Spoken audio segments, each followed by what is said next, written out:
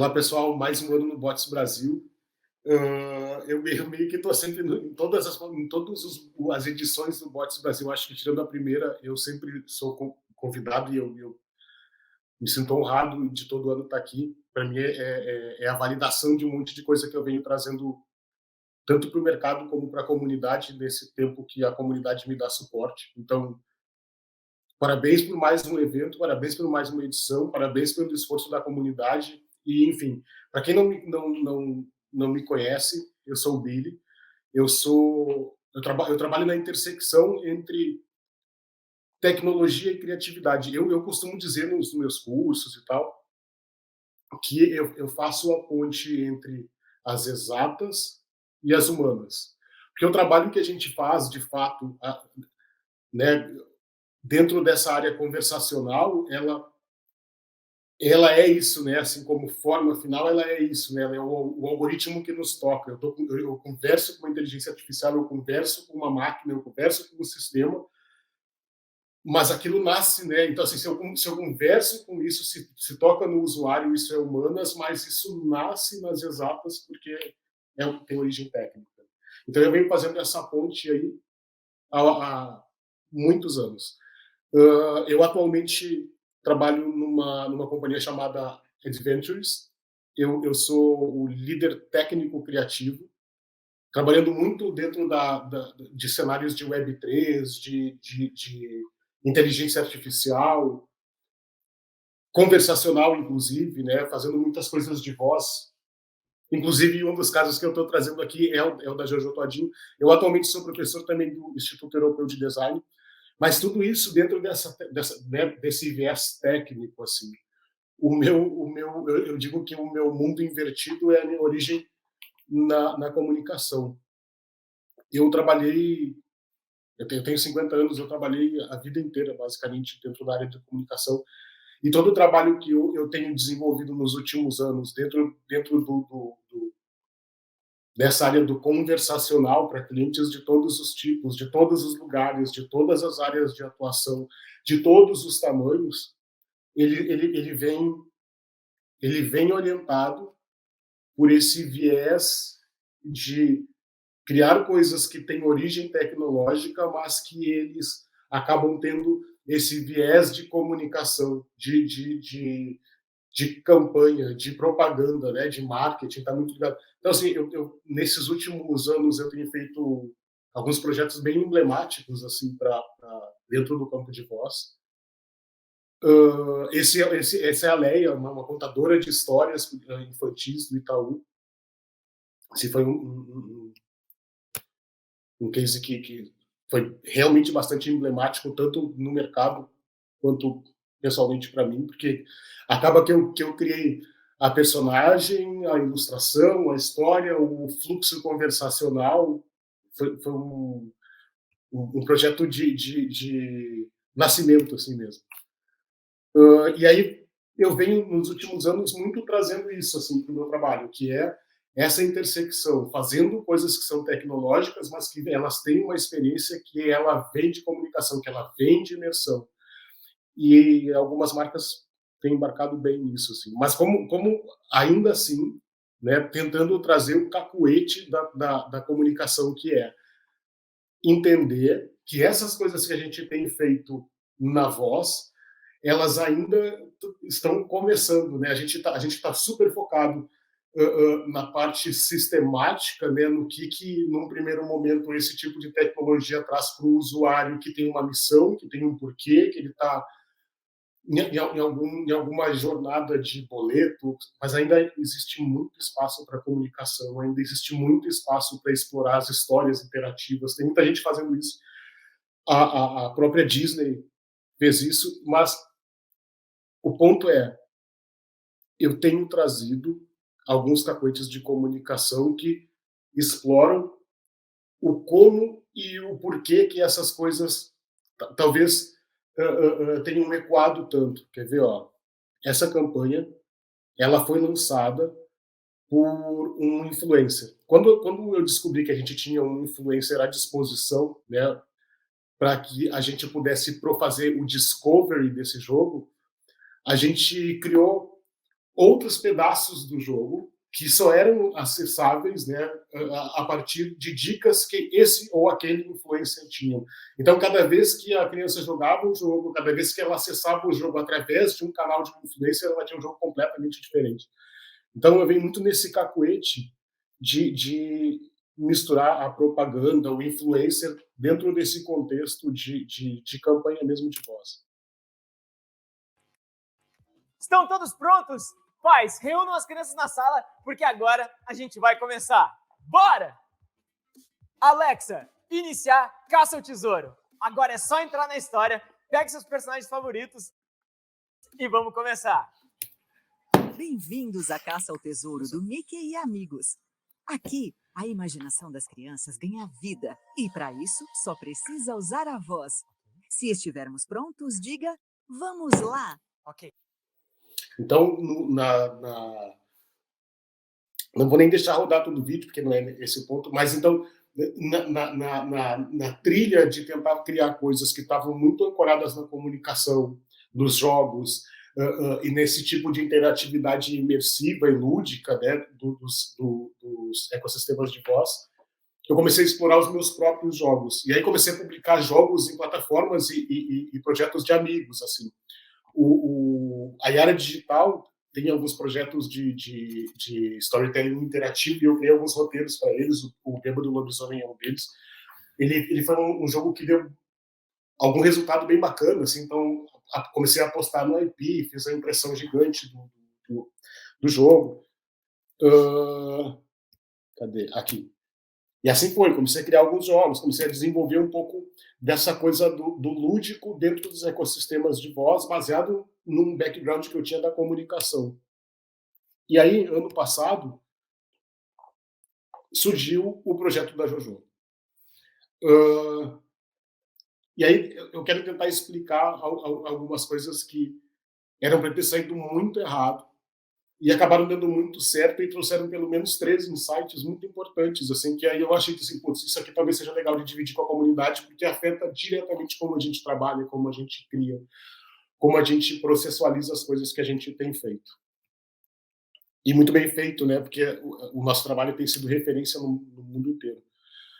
O projeto da JoJo, apesar da Dominus, né, com a JoJo, apesar de ter tudo para dar errado, ele foi reconhecido pelo MIT Tech Review como um dos 5 principais cases no sentido de inovação e de soluções e atitudes inspiradoras.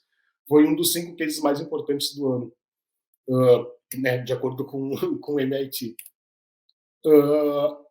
Muito do que foi desenvolvido aqui vem desse track record das coisas de comunicação que eu vinha explorando em voz. E aí eu queria meio que contar rapidamente como é que isso surgiu. Porque eu acho que é sobre isso aqui que tem que para mim foi um aprendizado e que eu, assim, imagino que talvez seja para todo mundo. O briefing, e eu acho que cai muito isso no nosso colo o tempo inteiro, era muito genérico, assim, né? Desenvolver um projeto inovador. A gente sabia que tinha que, como missão, trazer a marca Dominus para dentro desses ecossistemas de voz, porque tinha ali um argumento de inovação, de presença de marca. A gente sabe que não são, ainda é uma fatia de tempo onde não estão os grandes players, não estão todos nos ecossistemas de voz, como estão, por exemplo, com o seu site na internet. Então a gente tinha essa missão, né? Fazer o debut da marca dentro desses ecossistemas. E aí fazer um projeto inovador é meio que arroz de festa, né? É só o que nos chega como definição. Então, assim, eu vou explorar aqui só uma primeira parte do processo que a gente usa aqui no estúdio de criação, desenvolvimento e manutenção desses nossos projetos conversacionais. Não tem nada de novidade, né? Assim, na prática não tem nada de novidade aqui dentro desse processo, mas eu quero explorar uma parte deles, que eu acho que aqui tem alguma coisa válida. que é esse primeiro projeto, essa primeira parte aí de planejamento do projeto. Quando nos pedem para fazer um projeto de pizza, de venda de pizza, me acende uma luz vermelha gigante na cabeça, assim, porque a gente sabe que a jornada de uso de uma interface invisível de voz, ela está muito mais ligada à cognição do usuário do que a quantidade de coisas que eu tenho disponíveis, tal. Mas quando a gente está falando de pizza, a gente está falando do exemplo extremo, né? Porque a gente tem uma variação muito grande de possibilidades, sobretudo no Brasil, onde a gente faz pizza de absolutamente todas as coisas. Então, montar os sabores de uma pizza é uma jornada complexa. E não é que seja uma jornada complexa e não solucionável, né? Já tem outras interfaces que conseguem solucionar. A voz talvez seja um pouco mais trabalhoso, mas aí a gente entra naquele contexto de tentar entender se o que eu tenho, o que eu quero fazer é o melhor para aquele canal. E aí a gente começou a se questionar muito aqui no estúdio, assim, cara, fazer pizza não é para voz. Porque não porque seja impossível de ser feito, mas porque eu tenho outros canais que também possibilitam que eu consiga fazer o pedido da minha pizza de maneira muito mais eficaz, que é pedir por um aplicativo, que é pedir pelo telefone. Então, eu não tenho como competir com isso. Então, talvez fazer um pedido por pizza não seja para canal de voz. Mas eu comecei a pensar o seguinte: qual era o insight do briefing que eu tinha? Talvez não seja fazer o pedido de pizza, porque nesse caso eu não vou estar trazendo nenhum tipo de eficácia para a jornada, porque ainda assim vai ser mais fácil eu fazer pedido por qualquer outro canal, por telefone, pelo app. Eu disse assim, putz, o lance é pedido recorrente. Porque no pedido recorrente eu consigo fazer com que o meu usuário, eu tendo uma base comportamental dele, e eu tinha isso, eu saber se dentro do universo dos meus usuários eu tinha que tipo de usuários recorrentes. Eu tinha um tipo de usuário recorrente que pedia sempre 2 sabores específicos, 3 sabores específicos, um tipo de refrigerante específico, uma sobremesa específica. Então, dentro desse universo, a gente está falando de mais de 300 lojas no Brasil, e aí eu tenho uma consistência de informações. Então, essa experiência era objetivamente para as pessoas que faziam pedidos recorrentes, para que eu pudesse oferecer uma jornada de menos de 1 minuto. Aí sim eu era competitivo com os demais canais. Se eu conseguisse identificar todos os usuários que fazem pedidos recorrentes e eu conseguir fazer um sistema que faça com que esse indivíduo faça um pedido muito rápido, quero fazer um pedido de pizza, qual o sabor dos que você costuma pedir? Esse ou aquele? Então eu oferecia no máximo 3 sabores, baseado no histórico de pedidos do usuário. E aí a gente começou a criar o projeto. Nessa época, o cliente nos trouxe uma novidade. Eles tinham fechado um contrato com a Jojo Todinho, que todo mundo sabe que tem um jeito muito próprio de se comunicar. E que, entre outras coisas, ela é bem prolífica, ela fala bastante, as frases são longas, elas são memes, e isso é o melhor da comunicação que se pode extrair dela. Só que isso vai contra questões muito básicas, né, das interfaces GUI, que é, né, as interfaces de voz, que é explicações sintetizadas, que é respostas simples e diretas. Quando a gente começa a falar de Jojo Todinho, isso já é o contrassenso, porque uma resposta de gostaria de, né, uma pergunta, um prompt de agora eu preciso saber o seu telefone, jamais é tão simples. Agora eu gostaria de saber o seu telefone, me diga de onde você... A Jojo ia fazer uma... E foi isso, ela ia falar frases gigantescas. Então, isso, por consequência, quebrava o conceito do nosso insight, que era tentar atender muito rapidamente. Então, o projeto todo foi isso. Assim, a cada passo a gente tinha uma novidade diferente. Então, o que a gente criou? Bom dia, olha, o sonho de uma foi ir embora, mas eu falo que comigo não tem mimimi, eu falo mesmo. Mulheres, Recado do dia: trabalhem, estudem, se valorizem e tirem. Então, como conseguir fazer a JoJo falar pouco dentro de um conceito de projeto que era ser rápido? Acontece que a gente lançou um projeto, e aí deixa eu só mostrar mais ou menos aqui como esse projeto se deu. Quer papar? Então se prepara para fazer o pedido mais gostoso de toda a sua vida. Já imaginou pedir uma Domino's usando sua voz e ser atendido pela JoJo? Vem aqui com a JoJo que você vai entender como isso rola na prática. É só pegar o seu celular, tablet ou alto-falante inteligente do Google ou Alexa e dizer falar com Domino's. Mas fala com amor e sagacidade. E a JoJo te ajuda com tudo. A escolher o sabor da pizza. Tem calabresa, pepperoni, frango com requeijão. Que delícia. E ainda te dá 50% de desconto na pizza. Que é mais moleza? É Domino's? Me chama.